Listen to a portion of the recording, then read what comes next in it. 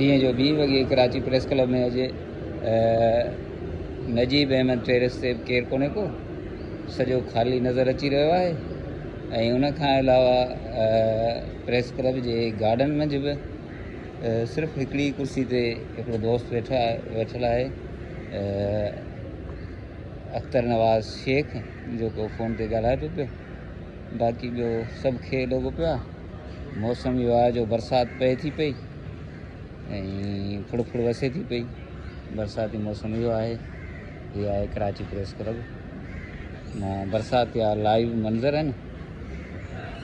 हा, हीअ क़बर पई थी वञे, हीअ क़बर वेठी आहे हिते, हीअ कांग वेठा आहिनि हिते, कांग कां में लॻा पिया आहिनि ऐं बरसाति फुड़ फुड़ पई थी वसे।